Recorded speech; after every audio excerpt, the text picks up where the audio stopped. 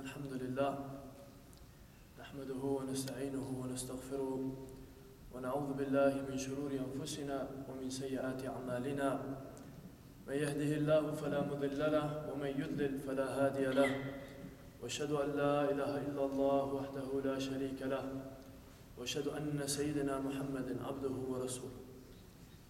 قال الله سبحانه وتعالى في الكتاب الكريم بعد أعوذ بالله من الشيطان الرجيم يا أيها الذين آمنوا اتقوا الله حق تقاته ولا تموتن إلا وأنتم مسلمون.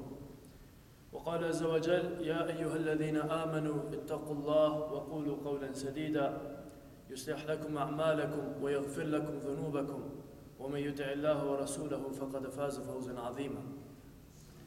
Allah subhanahu wa ta'ala says, O people of Iman, O believers, have taqwa of Allah the way Allah subhanahu wa ta'ala deserves. Fear Allah subhanahu wa ta'ala the way He deserves to be feared. Be conscious of Allah as is the right of Allah subhanahu wa ta'ala. وَلَا تَمُوتُنَّ إِلَّا وَأَنْتُمْ مُسْلِمُونَ. And don't leave this world except in a state of Islam. When the angel of death comes, don't die except as a person who is a Muslim. Ya ayyuha alladhina amanu, O people of Iman, O believers, ittaqullah, have taqwa of Allah, wa qulu qawlan sadida, and speak good words, speak kind words, generous words, words filled with love and compassion, words that bind the hearts of people together, not words that break people apart, not words that cause injury and pain. Qulu qawlan sadida, yuslih lakum a'malakum wa yaghfir lakum dhunubakum. He says, if you take care of your words, your language, what you say, this is from taqwa. When we have taqwa of Allah subhanahu wa ta'ala, we are cautious of what we say. He says, if you have taqwa so much so that you are careful about every word you utter, then guess what Allah is going to do for you? يُصْلِحْ لَكُمْ أَعْمَالَكُمْ. He will take care of all of your problems. وَيَغْفِرْ لَكُمْ ذُنُوبَكُمْ. And He will forgive you all of your sins. Whoever obeys Allah subhanahu wa ta'ala and obeys His messenger, they have attained the greatest success. I'm human, forget. Insan, it comes from nisyan, means the one who forgets. So, being a human being, we're going through this life, we're going through this world, and it's in our nature that we forget. And one of the biggest challenges for humanity, and one of the scholars said, forgetting is not actually a weakness of man's intellect. It's actually a process Allah subhanahu wa ta'ala has made on purpose within the mankind. We forget on purpose sometimes. We forget with good reason. Imagine the most traumatic experience you had in your life and you could never forget about it. And we have many things that happen to us throughout our lives. If we didn't have the capacity to forget, we would be in a lot of trouble. We would be paralyzed. We couldn't move forward because of all the guilt and shame and all these other, anger and all these different emotions that would take over our hearts. But we forget for a good reason. But there are things that we should forget and there are things that we should not forget. And the things that we don't forget, unfortunately, sometimes it slips us. And it starts to disappear. Just like imagine a ship sailing on the water. As it sails, it leaves behind a trail. And you see these ripples going behind the ship. As it keeps moving, when the ripples are immediately behind the ship, it's fresh, you can see it clearly. But as it moves on and on and on, what happens to the ripples? They vanish, they disappear. Same way if I ask you, do you remember what your life was like when you were 5 years old? You'll have to stretch your imagination to come up with one or two memories. Do you remember what it was like when you were going to school, when you were going through, all these different memories? And if you ask a person about all their life, maybe they're 50 years old, 60 years old, tell me about your whole life story.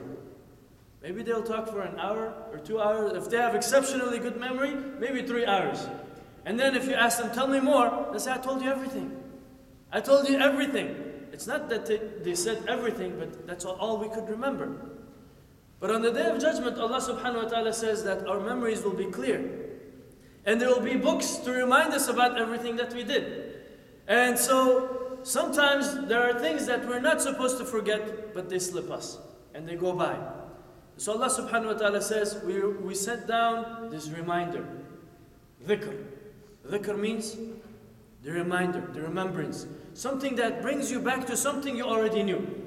Most of the Jummah khutbahs is like this. It's a dhikr, it's a reminder. Because everything that I'm going to say, you probably already knew it. But there is a beauty in the reminder, because every time you are reminded about something you knew, there's a new perspective of it.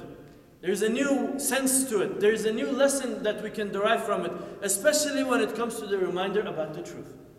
Now imagine a couple of young people, they come together, they get a board game called Monopoly, and they start playing.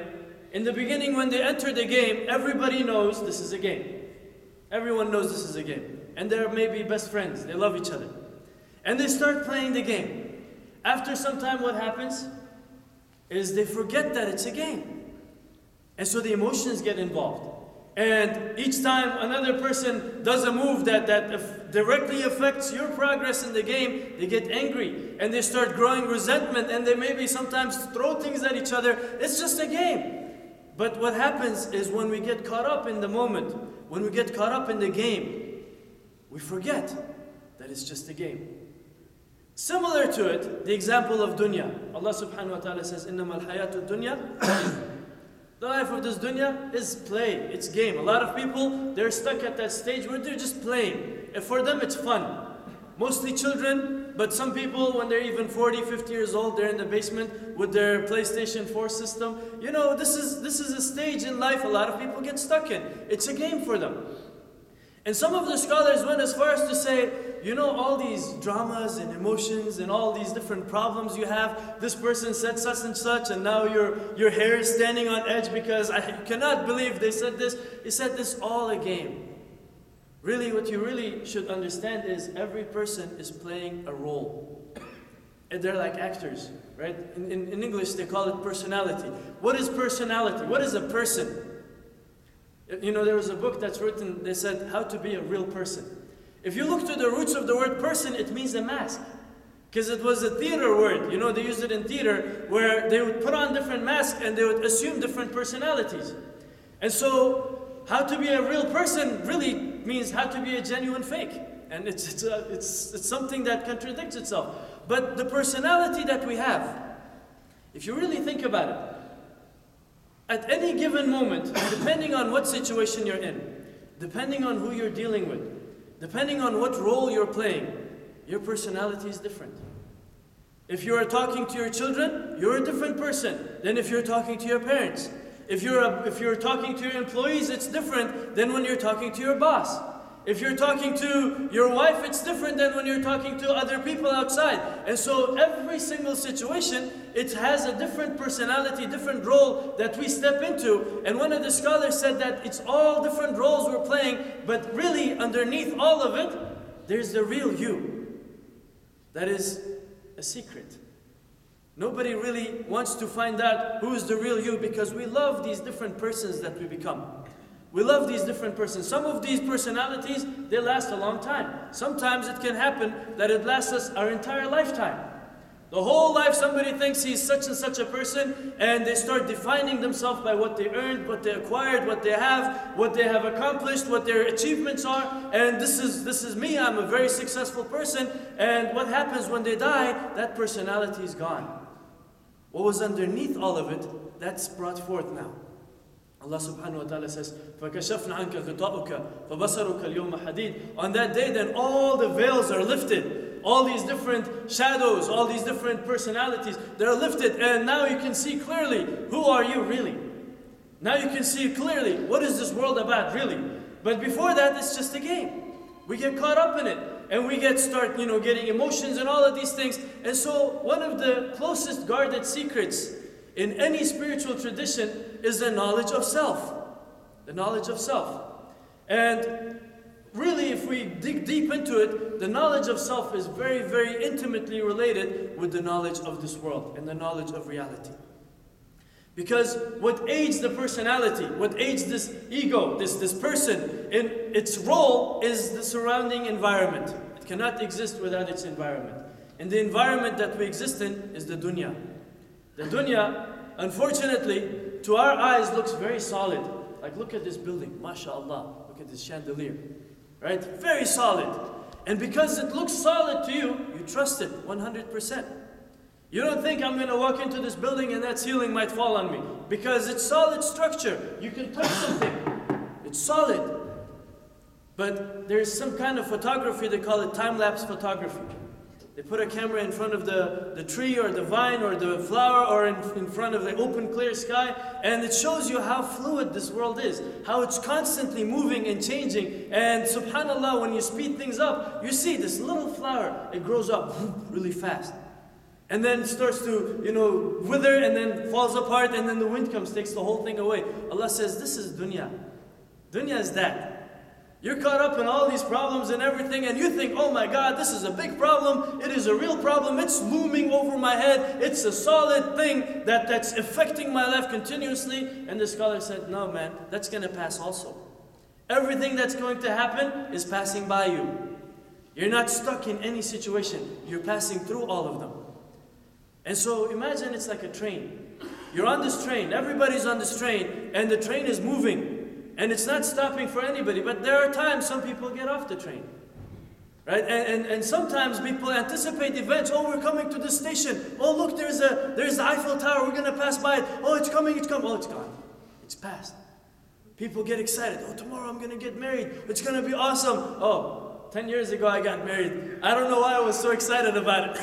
So subhanAllah, these events we anticipate and we look forward to this next project, this next deal, this next thing, this next customer. I have to go to this meeting, that meeting, and we stress ourselves out, and really we're just going through all of them.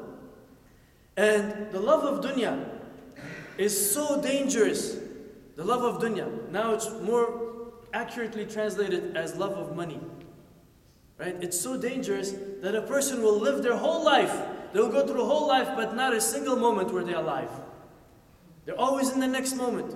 Always trying to do the next thing. Always going after the next project, the next problem, the next thing. And so they're always looking towards the future. And Allah subhanahu wa ta'ala says, don't talk about the future. In a practical sense, of course, we talk about the future. We have to know where to meet at what time. But when it comes to, the time itself, time in this physical phenomenon, many of the scholars said it is actually just a measurement of motion. How do you measure time? It's the movement of the earth around the sun. And it's movement of all these, cosmic bodies going through the world. So we need something constant to measure this thing you cannot really capture. So how do we do it? We come up with a circle. And we have this little thing, this clock that ticks inside the circle, right? And we say every time this thing goes around one whole circle, we call it one day. Really, it's just the movement of the planets and the stars and everything, but we give a constant speed in this little circle, and every time it keeps going around, we have measurement of time. And it's necessary for practical purposes. And Allah subhanahu wa ta'ala says, you need to get out of that mentality. Yes, it's a convention, it's for your convenience, but know that the prayer is based on the movement of the sun. It's not artificial time. You don't play with time. You don't move 1 hour here and 1 hour there. When Allah subhanahu wa ta'ala wants the sun to rise, the sun will rise. And when Allah wants it to set, the sun will set. And you, O human beings, O believers, you are supposed to be people of awareness and consciousness, and you're not supposed to be like cattle who's always looking at the ground. You have to look at the skies. The sun is your clock. The moon is your calendar. Right? And we have, location. We have also a circle for that. We call it the compass. And it has 4 things, north, south, east, west. And so we need to have these conventions so we can move about on the earth and build whatever we need to build and do whatever we need to do. But Allah subhanahu wa ta'ala says, don't get lost in it. It's just dunya. And all the knowledge of the dunya that you acquire, all the, the goods of this dunya that you acquire, when you die and you leave this dunya, it's not going to be of any benefit to you. And all these problems you thought were so solid, they're all melting away as we speak. All the problems are melting away as we speak. The flower that grows up becomes so beautiful, withers away. Our bodies. When I ask you, who are you? If you look in the mirror, that's a deception. You're not this person in the mirror. Because that's always changing. It's always changing and it's always moving. And so this child who thinks I'm this little kid who loves lollipops or ice cream or whatever, right? When they get to a certain age, they want some other things. They want to get a car, 16 years old. Dad, get me a car. All my friends got one. You get your permit first. Well, I get it after you get me a car. But what happens? They're always changing and always want something else. Then they become, mashallah, at the age where they finish their studies, or some of them before they finish their studies, they want to get married.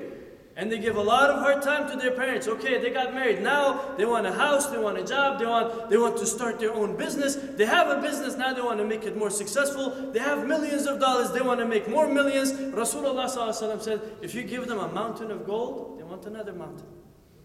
That's the nature of dunya. And we're constantly looking for the next thing, and then at some point the angel of death says, okay, game is up, game over, now it's time to go. And when that happens, the people who built their dunya up, while they destroyed their akhirah, they will kick and fight and say, I don't want to go. Too bad. The angel of death doesn't ask you and me permission. Ask the Prophet's permission. One Prophet, Musa alayhi salam, he was constantly looking forward for one event in the future. He was looking forward to taking his people and entering the holy land of Jerusalem. And the people that were with him, they didn't want to go. So they complained about everything. They complained about the weather, they complained about the leadership, they complained about the food, they complained about everything. And so finally Allah subhanahu wa ta'ala had it. He said, that's it, trip canceled. You guys are not going. Stay in the desert, 40 years. So they wandered in the desert, and the angel of death came to Musa alayhi salam. Musa alayhi salam was filled with hope to go there, and he was dreaming about it, imagining that day when they would walk in through the gates of Jerusalem, and the angel of death said, oh Musa, it's your time, are you ready to go? Give me permission to take your soul. Musa alayhi salam thought it's a prank, somebody's playing on him. He said, you what? I'm about to die, and he had, boom, punched the angel of death in the eye. The angel of death, eye got knocked out of his socket and couldn't do anything because he doesn't have permission. So he went to Allah subhanahu wa ta'ala and complained, Ya Allah, this guy you sent me to, he doesn't want to die. Look what he did to me. Allah subhanahu wa ta'ala healed the angel of death. He said, go back to him. Go back. Give him this offer.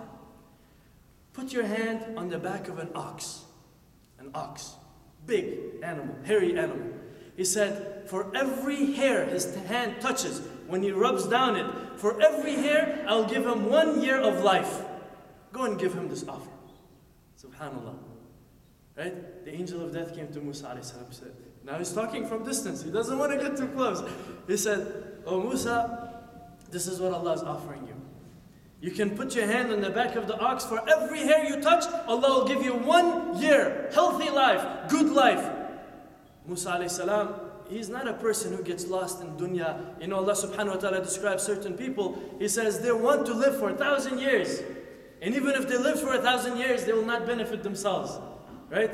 But Musa alayhi salam said, what will happen after all these years? What's going to happen then? He said, and then you will die. He said, if that's going to happen at the end, then let me go now. If it's my time, then let me go now. So the angel of death was about to take the soul of Musa alayhi salam. Musa alayhi salam said, can I at least go to the gates of Jerusalem and just die under there? He said, no Musa, your place is written right here. The time of death, the place of death, it's written. It's a reminder. Because everybody knows this is a reality, it's coming. But sometimes we get so caught up in the game of Monopoly, right? We start fighting with our own family members. We start doing all kinds of things. And really, it's just dunya, right? We're not here to stay. And sometimes the problems that comes with it, it's disappearing too. The whole world, Allah subhanahu wa ta'ala says, كُلُّ مَنْ عَلَيْهَا فَانٍ. All of it is vanishing, right before your eyes. The scientists, they discovered the sun, you see, oh, mashallah, the light and everything. They said the sun is going to vanish. It's going to disappear. The earth is going to vanish. The whole universe is going to crumble back into a point of singularity. Everything you see around you in this world, you take a telescope, look up, take a microscope, look down, everything is going to disappear. وَيَبْقَى وَجْهُ رَبِّكَ ذُو الْجَلَالِ وَالْإِكْرَامِ. The only thing that will last is the countenance, the majesty, the beauty of Allah subhanahu wa ta'ala. And whatever is done for the sake of Allah, Allah will preserve it, and Allah will give it life, and Allah will make it eternal for you and for me. I hope. Ameen. And so, don't get caught up in the dunya. The dunya is a trap. And dunya is one of the 4 enemies our scholars warned about. Nafs, shaitan, hawa, dunya. And we have talked enough about all these other ones. But the dunya, the love of money, the love of all of these dunya things, this is a very, very bad sign for the heart. And we ask Allah subhanahu wa ta'ala to protect us from this. أقول قولي هذا أستغفر الله لي ولكم فاستغفروه إنه هو الغفور الرحيم.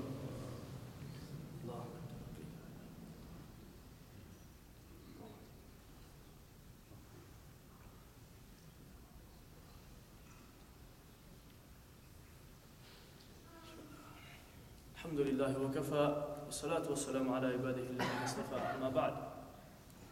And so it is a reminder. For those who want to be reminded, it will be of benefit. For those who are not yet ready to hear the message, they'll continue going on this little wheel, the wheel that keeps spinning, and they'll continue to go through this problems and solution and another problem, another solution, and every time they want, they dig a hole in their hearts so they can fill it with another want, they can fill it with another thing, and they'll continue living on this way. And there is nothing you or me we can do about it. Allah subhanahu wa ta'ala says, have you seen the one who takes his own desires, his own whims as his God? He says, can you manage his affairs? Talking to the Prophet sallallahu alaihi wasallam. If he really takes his own desires as his ilah, his God, and he devotes himself to fulfilling these desires, to fulfilling these wants, Allah says, can anybody manage this person's affair? No. And Allah subhanahu wa ta'ala gives us an example of a person who's constantly in a state of lust, constantly looking for the next thing, constantly wants to get something. Allah says they're never happy. They're like dogs. They have, and He gives a very graphic image. He says a dog that's got its tongue lolled out and panting. He says whether it gets what it wants, it's panting. And whether it doesn't get what it wants, it's still panting. And we ask Allah subhanahu wa ta'ala to protect us from being people like this. Now the love of money, the love of dunya, and I'm going to conclude with these things. It leads to following things. It leads to loss of peace. A person who loves money. And the danger of love of money is more actually for people who doesn't have it than people who have it. Because the people who have enough of it, they'll say, I have all this money, I don't know what to do with it. Spend in the sake of Allah subhanahu wa ta'ala. But the people who don't want it, they're yearning for it. And it takes over their hearts. Every 5 minutes they check their mint, report. And how much money do I have in the bank now? And what's going on now? And every 10 minutes, if they get a big paycheck sub-deposited, they'll look up and they'll smile. Alhamdulillah. Right? 10 minutes later, I wonder if it's still there. Alhamdulillah. Right? This is a real problem, but this is one of the signs. It leads to loss of trust. Loss of trust in Allah subhanahu wa ta'ala. Love of money. Because why? Money is not our provider. Money doesn't provide you anything. It's actually Allah subhanahu wa ta'ala. And when people put their trust in Allah subhanahu wa ta'ala, then every need is taken care of. But when they put their trust in other than Allah, this is a big, big calamity. Love of money leads to stress and anxiety and rapid aging. Rasulullah sallallahu alaihi wasallam said, half of aging is anxiety. Love of money, Rasulullah sallallahu alaihi wasallam said, as people grow old, when they grow, old and they reach an old age, he said sallallahu alaihi wasallam, two things might increase in them if they're not firmly grounded in the deen. He said, love of money and love of life. They continue to increase in their love of money and they continue to increase in their love of years of life. They want to live longer. They want this secret to immortality. Many emperors died looking for that secret. Why? Because when they start losing their abilities, they start losing their capabilities, and they're not ready to meet Allah subhanahu wa ta'ala, they want to stay here. And so the love of money leads to hatred of death, hatred of meeting Allah subhanahu wa ta'ala. Love of money leads to troubles and fears. A person who has a lot of money, they're at night thinking, how I might lose my money. I better do something about it, right? And they're constantly scared. And so, alhamdulillah, Allah subhanahu wa ta'ala gave us iman. But the love of money has some signs. If you have these signs, we ask Allah subhanahu wa ta'ala to purify our hearts. The person who loves money, they close their eyes to the genuine need of others. The person who loves money, they define themselves more by what they have than who they are. It's not who they are that defines them. It's not what they are, it's what they have, how much money they have in the bank. This is their worth. The person who has love of money in their hearts, they neglect their families in pursuit of money. And they promised them, you know, when I'm done getting all this money, then we'll have a lot of time together, we'll be together and this and that, and they'll make all these promises, but when that retirement fund kicks in, they'll be in wheelchairs. And it's too late to enjoy anything. They will spend most of it on healthcare and medicine and all of these things. The love of money, another sign, is that a person will look down on others who are less blessed in this term. And another sign of love of money is that person will think that it is him who accomplished it and it is not from Allah subhanahu wa ta'ala. Remember to say, if you are well off, هَذَا مِنْ فَضْلُ رَبِّي. This is from the blessings of Allah subhanahu wa ta'ala. And use it to draw closer to Allah subhanahu wa ta'ala. Fund the works of people who are spreading the deen. Go and spend on the orphans. Go and spend on people that are doing, you know, righteous works. Go and spend on people that are you know, establishing camps for the refugees. There are many people in need. And maybe Allah subhanahu wa ta'ala gave you this wealth to bring you to Jannah. Don't make it a cause of your destruction. We ask Allah subhanahu wa ta'ala to shower His mercy on us. Ya Allah, Ya Rahman, Ya Rahim, increase our iman, increase our taqwa. Ya Allah, we ask Ya Rabb al-Alameen to accept our prayers, Ya Allah, accept all of our deeds, Ya Allah, and forgive us our shortcomings, Ya Allah. Ya Allah, Ya Rahman, Ya Rahim, we ask you, anyone struggling, Ya Allah, grant us ease, Ya Allah. Anyone going through difficulties, Ya Rabb al-Alameen, open the doors of khair for us, Ya Allah, and shower us with your mercy, Ya Allah. Envelop us in your forgiveness, Ya Allah, and grant us your love, Ya Allah, and the love of the people you love, Ya Allah. And we ask you, Ya Allah, Ya Rahman, Ya Rahim, you are the most merciful, the most compassionate. Enter all of us hand in hand into Jannah, Ya Allah, and protect us from the hellfire, Ya Allah. Protect us from the torments and the adhab of the grave, Ya Allah, from the difficulties of the day of judgment, Ya Allah, and grant us a drink from the hands of Rasulullah sallallahu alaihi wasallam, Ya Allah, and quench our thirst, Ya Allah. Grant us a drink in this dunya of your deen, Ya Allah, and quench the thirst of our souls, Ya Allah, and make us people who devote themselves to you, Ya Allah. Ya Allah, Ya Rahman, Ya Rahim, anyone struggling in their health, Ya Allah, grant us shifa, Ya Allah. Anyone going through difficulties in their families, Ya Allah, unite our hearts, Ya Allah. Bring us together, Ya Allah. You are the one who binds the hearts together, Ya Allah. Ya Allah, Ya Rahman, Ya Rahim, we ask you to protect our children, Ya Allah. Make them obedient and righteous servants of yours, Ya Allah. Make them amongst your awliya, Ya Allah. People who will carry the torch of this deen down to the generations, Ya Allah. Ya Rabb al-Alameen, make us good to our parents, Ya Allah. And make our families and our marriages strong, Ya Allah. And keep the shayateen far away from us, Ya Allah. Ya Allah, Ya Rahman, Ya Rahim, anyone struggling in their livelihoods, Ya Allah, provide for us halal and tayyib rizq, Ya Allah. And grant us time to be with our families, Ya Allah. And grant us time to be in your service, Ya Allah. And don't make us people who get caught up completely in the pursuit of dunya, Ya Allah. Ya Rabb al-Alameen, O the one who grants the treasures of the heavens and the earth, the owner of the treasures of the heavens and the earth, pay off our debts, Ya Allah, and free us from the slavery of interest and riba, Ya Allah. And forgive us for falling into this trap, Ya Allah. And we ask you, Ya Allah, make us sincere and make us among the muttaqeen, and don't let us die except in a state of Islam. أقول قولي هذا أستغفر الله لي ولكم فاستغفروه. أقيموا الصلاة.